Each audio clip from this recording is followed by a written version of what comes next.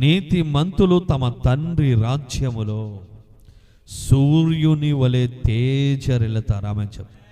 ఇట్టి కృప దేవుడు మనకు కలగచేయును గాక. గట్టిగా ఆమేన్ చెప్పు. 100 సంఘాలు కట్టినవాడు తమ తండ్రి రాజ్యములో సూర్యుని వలె తేజరిల్లుతారు. లేదు వాక్యం. లక్షలాది మందిని దేవుని సన్నిధికి నడిపించిన వాడు తమ తండ్రి రాజ్యములో, పరలోక రాజ్యములో సూర్యుని వలె ఉంటాడు. లేదు.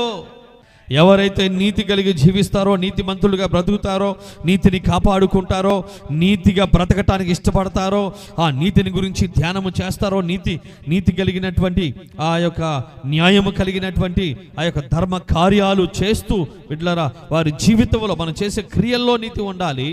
నీతి లేనివాడు ఒక ఆత్మీయ కోతితో సమానం. ఆత్మీయ కోతి. కాబట్టి నీతి మనము కలిగి ఉందుము గాక.